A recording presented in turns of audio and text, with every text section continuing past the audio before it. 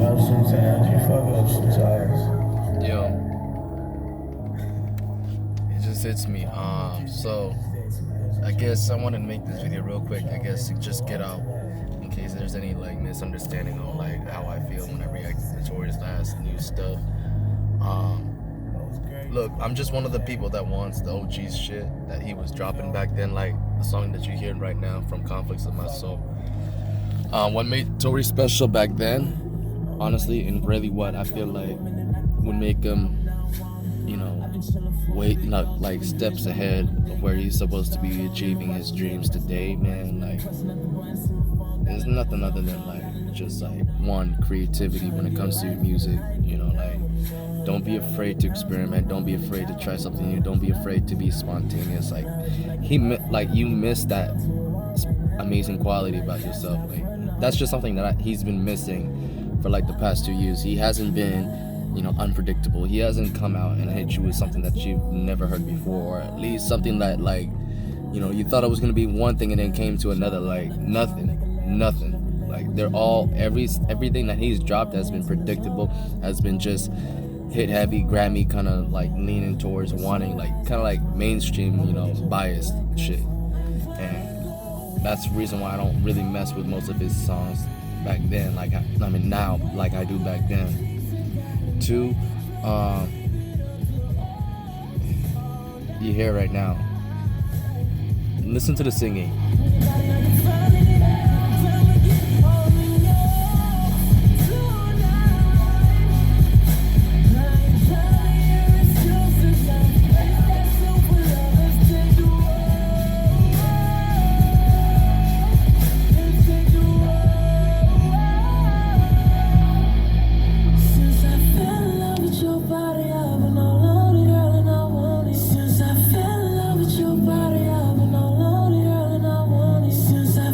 Okay, so you tell me what's the difference between that to what Tory sounds right now when he sings. In fact, go to Chicks Tape 5. Compare that to like Chicks Tape 2 or even Conflicts right here, this song, which honestly is in my top 10 Tory tracks. So just be aware for that. But you know what I mean? So like 3 is gonna come up soon, but singing first. The dude singing without autotune. If you can't tell, that's Tory actually just singing without nothing, no pitch, no like pure, just vocals. You got to go back to doing that again. I think that's when he was at his best, when he was singing and he was casually doing it, like how smooth how he is doing, which leads to my number 3 point, the flow. Nobody does it like this. Nobody flows like this. Nobody. This is what makes Tory so unique and different, and what made him stood out amongst the rest.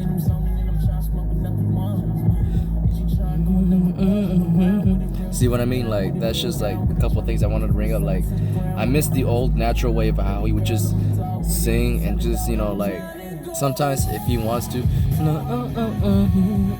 you know, like, just add some melody to it, but he still flows. And then there's sounds like this.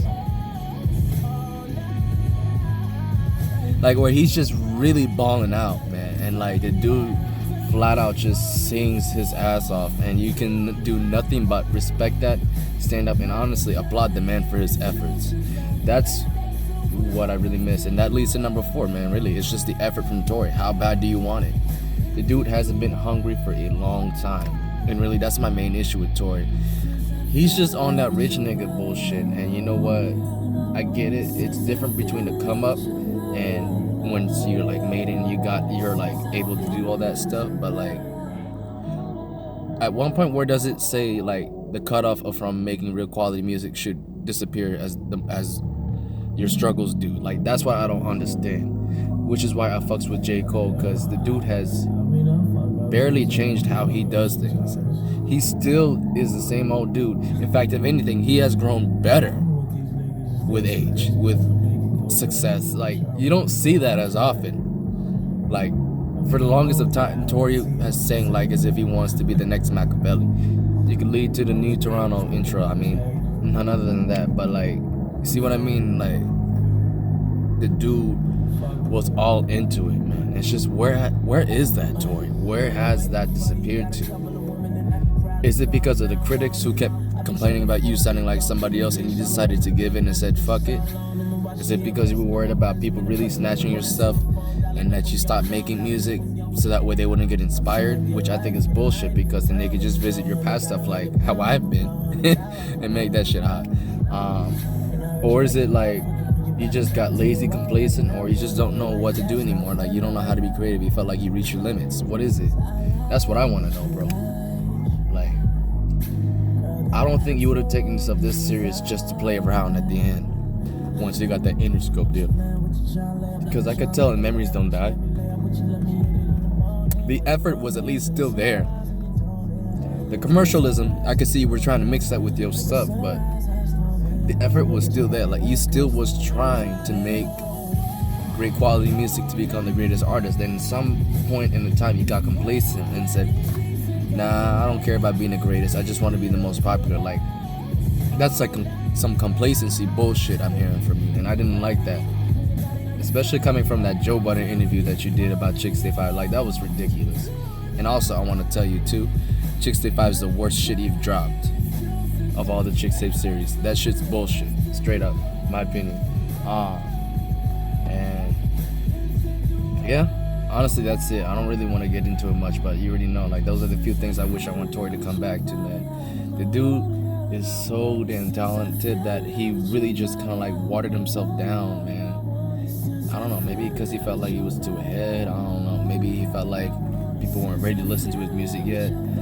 Either way, you know, the idea of chasing the current trends was a bad idea, bad look. Like the young kids, if that's what's popping for them, if that's their generation, like you gotta represent generations from the same age as like you as me. Like Tory's gotta represent everyone in their mid-20s. Like you gotta understand that you gotta make some grown-ass music, not some bullshit kiddie music that some of us are just too old to dance to, you know what I mean? Like, or even like make sense of. I don't think we all think like that, you know, basic shit. So like, that's just what I'm saying. Like, you gotta cater to your demographics, which is your age, not to what's popping. Like, fuck that. Like, all this business tactics you're trying to do, it's bullshit. Business doesn't mix in with art, all right? Just like politics don't mix in with religion. That shit doesn't happen. Because when you're painting art, it's spontaneous. It's just out of nowhere. It's when you want to make a masterpiece, that's what it's about. It's not about, like, that's one thing I hate about Drake too, because he does that same bullshit. Like, you cannot mix business in with music. Whoever does that, you can't call yourself a musical artist, because you're not making music that makes you feel happy or feels, you know, proud of what you're doing. And otherwise, you're a faker. Simple as that. But really, that's just how I feel. And I've called them trendy lanes for like the past year and a half because of this shit, bro. But honestly, like I said, the 4 points I brought up, I wanted to be going back to being creative again. I wanted to just naturally sing. Don't have to use auto-tune to perfect it. No, just sing like the way you naturally were, man. Like God gave you a really good gift. Sing that voice out. And of course, like I said, 3, that flow, that uniqueness about you, like how you can deliver multiple ways, how you change up your flows and how you deliver, like from hook to verse to sometimes a refrain. Like that's so unique, man. Like you need to go back to doing that, because nobody was doing that but you. And at the end of the day, you gotta just show consistency and perseverance and just keep doing it regardless of what the haters say, because at the end of the day, you're gonna come up on top and you are gonna achieve your dream of being the greatest artist in the world if that's what you want. Excuse me. You know what I mean? So like, for real, bro, just keep your mind and heart into it. Don't stop chasing that, you know? Which of course leads to number 4, like effort. Simple as that. So there you go. That's just how I feel. Y'all feel free to feel however you like. If you disagree, if you like the music that he does now, hey, that's you, that's your choice, that's your taste. But I feel like that's not what Tory Lanez music is supposed to sound like. This right here sounds like Tory Lanez music to me.